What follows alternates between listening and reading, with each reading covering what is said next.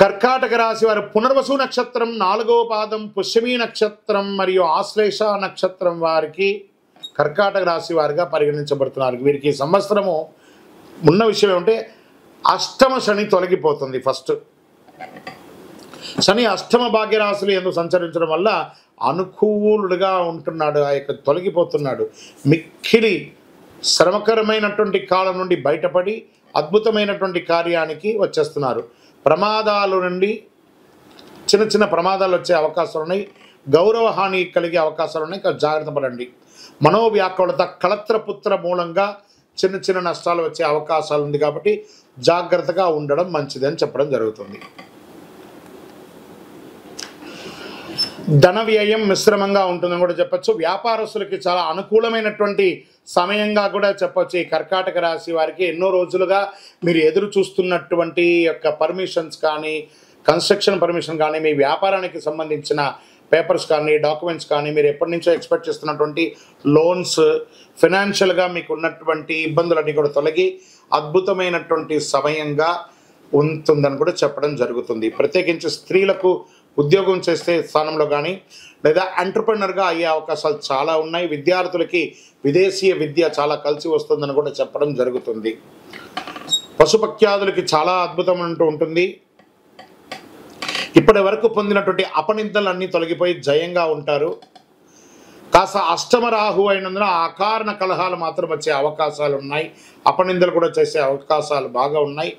కీటకముల ద్వారా కుక్క కానీ లేదా పిల్లి కానీ లేదా దేనివైనా కీటకం ద్వారా పాము ద్వారా ఇలాంటి కొంచెం జాగ్రత్తగా ఉండండి. ఇదొకటి చెప్పడం జరుగుతుంది. నక్షత్ర పరంగా సంవత్సర ఆరంభం నుండి వైశాఖ పూర్వార్థం వరకు, తిరిగి భాద్రపద బహుళం నుండి మాఘ పూర్వార్థం వరకు జన్మతారయందు శని సంవత్సరారంభం, కార్తీక బహుళం వరకు జన్మతారయందు రాహు సంచరిస్తున్నారు. పుష్యమి వారికి వైశాఖ బహుళం నుండి భాద్రపద బహుళం వరకు జన్మతారయందు శని సంచారం. ఆశ్లేష వారికి మార్గశిర శుక్లం నుండి సంవత్సరం వరకు నైదని తారయందు రాహు సంచరిస్తున్నారు. కావున జాగ్రత్త అవసరం. మొత్తం మీద మీరు అద్భుతమైనటువంటి సమయంగా కూడా చెప్పచ్చు. ఆదిత్య హృదయాన్ని ఆదివారం పారాయణం చేయండి. చాలా మంచిగా, చాలా అద్భుతమైనటువంటి ఫలితాలను పొందే అవకాశాలు చాలా ఉన్నాయి. ఓకే, నక్షత్ర పరంగా పునర్వసు వారికి సంవత్సర ఆరంభం నుండి వైశాఖ పూర్వార్థం వరకు, తిరిగి భాద్రపద బహుళం నుండి మాఘ పూర్వార్థం వరకు జన్మతారయందు శని, సంవత్సర ఆరంభం నుండి కార్తీక బహుళం వరకు జన్మతారయందు రాహు సంచరించడం. పుష్యమి వారికి వైశాఖ బహుళం నుండి భాద్రపద బహుళం వరకు జన్మతారయందు శని సంచరిస్తున్నారు.